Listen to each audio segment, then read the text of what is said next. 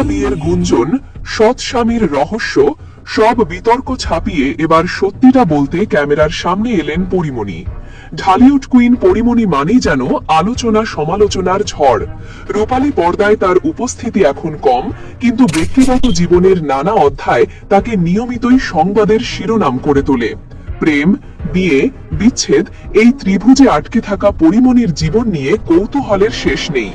সম্প্রতি এক টেলিভিশন সাক্ষাৎকারে এসে নিজের জীবনের সবচেয়ে বিতর্কিত অধ্যায়গুলো নিয়ে মুখ খুলেছেন তিনি। সৎ স্বামী থেকে শুরু করে এক ডজন বিয়ের গুঞ্জন, সবকিছু নিয়ে কি বললেন পরিমণি। তার অকপট উত্তরগুলো কেবল নতুন বিতর্কেরই জন্ম দেয়নি, উন্মোচন করেছে তার সাহসী ও বেপরোয়া ব্যক্তিত্বের এক নতুন দিক। অনুষ্ঠানের এক পর্যায়ে সঞ্চালক সরাসরি পরিমণির কাছে তার ব্যক্তিগত সম্পর্ক নিয়ে প্রশ্ন করেন। সম্প্রতি শেখ সাদী নামে এক ব্যক্তির সঙ্গে তার ঘনিষ্ঠতাকে কেন্দ্র করে যে প্রেমের গুঞ্জন উঠেছিল সে বিষয়ে জানতে চাওয়া হলে পরিমণি হাসতে হাসতে উত্তর দেন, ও আমার ছোট ভাই, ও আমার ছোট ভাইয়ের মতো। উত্তরে কিছুটা তাচ্ছিল্য থাকলেও সম্পর্কটিকে তিনি যে প্রেমের ছাঁচে ফেলতে চান না তা স্পষ্ট করে দেন। এরপরই আসে তার বর্তমান সম্পর্ক বিষয়ক প্রশ্ন। তিনি সিঙ্গেল কিনা এমন প্রশ্নের উত্তরে প্রথমে না বলেন, কিন্তু পরক্ষণেই নিজের অবস্থান ব্যাখ্যা করেন। তিনি বলেন, শুনুন, আমি যদি নিজেকে সিঙ্গেল বলি কেউ বিশ্বাস করবে না, কারণ আমি নিজেই বিশ্বাস করি না। আমার সারাক্ষণ কেমন একটা প্রেম প্রেম অনুভূতি হয় এবং আমার মনে হয় এই অনুভূতিটা থাকা ভালো। তার এই দর্শন কেবল একটি হ্যাঁ বা না উত্তরের চেয়েও গভীর।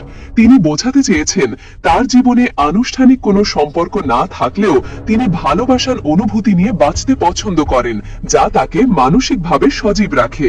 প্রেমের পর আসে বিয়ের প্রসঙ্গ, যা পরিমণির জীবনের সবচেয়ে বিতর্কিত অধ্যায়গুলোর একটি। তাকে প্রশ্ন করা হয় তিনি মোট কতবার বিয়ে করেছেন। কোনো দ্বিধা ছাড়াই তার ঝটপট উত্তর ছিল একবার। যখন সঞ্চালক নির্দিষ্ট করে শরীফুল রাজের নামটি উল্লেখ করে জানতে চান তাহলে বাকি বিয়ের গল্পগুলো কোথা থেকে আসে, পরিমণি এক অদ্ভুত উত্তর দেন। তিনি হাসতে হাসতে বলেন, জানি না, ওরা মনে হয় সৎ স্বামী, যাদের সঙ্গে ডিভোর্সটা দেখা যায়নি। এই সৎ স্বামী শব্দটি দিয়ে তিনি সম্ভবত সেই সব সম্পর্ককে ব্যঙ্গ করেছেন যেগুলোকে গণমাধ্যম বিয়ের তকমা দিয়ে প্রচার করেছে, অথচ যেগুলোর কোনো আনুষ্ঠানিক ভিত্তি বা সমাপ্তি ছিল না। শরীফুল রাজ ছাড়াও বিভিন্ন সময়ে অনেকের সঙ্গে পরিমণির নাম জড়িয়েছে। তার মধ্যে সবচেয়ে জোরালো গুঞ্জনটি ছিল তার খালাতো ভাই ইসমাইলকে ঘিরে।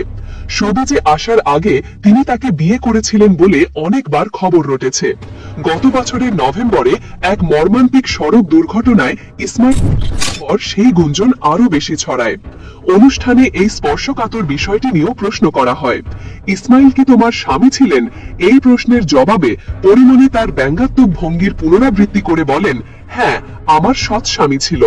তার এই উত্তরটি আক্ষরিক অর্থে না নিয়ে বরং গুঞ্জনের প্রতি তার চরম বিরক্তি ও তাচ্ছিল্যের প্রকাশ হিসেবেই দেখছেন অনেকে। যে অভিযোগ বছরের পর বছর ধরে তাকে তাড়া করে বেড়াচ্ছে সেটিকে যেন এক ফুৎকারে উড়িয়ে দেওয়ার চেষ্টা করলেন। জীবনের এত তিক্ত অভিজ্ঞতার পরেও বিয়ে নিয়ে তার ভাবনা কি? সঞ্চালক জানতে চান তিনি আর কতবার বিয়ে করতে চান। এর উত্তরে পরিমণি তার ছোটবেলার এক ইচ্ছার কথা তুলে ধরেন। তিনি বলেন, আমার আসলে 12টা বিয়ে করার ইচ্ছা ছিল।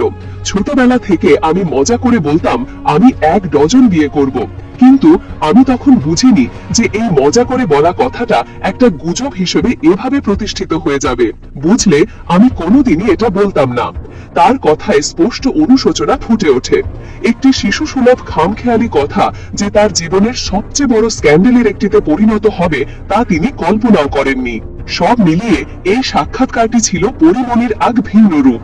তিনি দেখিয়েছেন কিভাবে ক্রমাগত বিতর্ক ও সমালোচনার মুখেও নিজেকে ধরে রাখতে হয় এবং বুদ্ধি ও রসবোধ দিয়ে কঠিন পরিস্থিতি মোকাবেলা করতে হয়।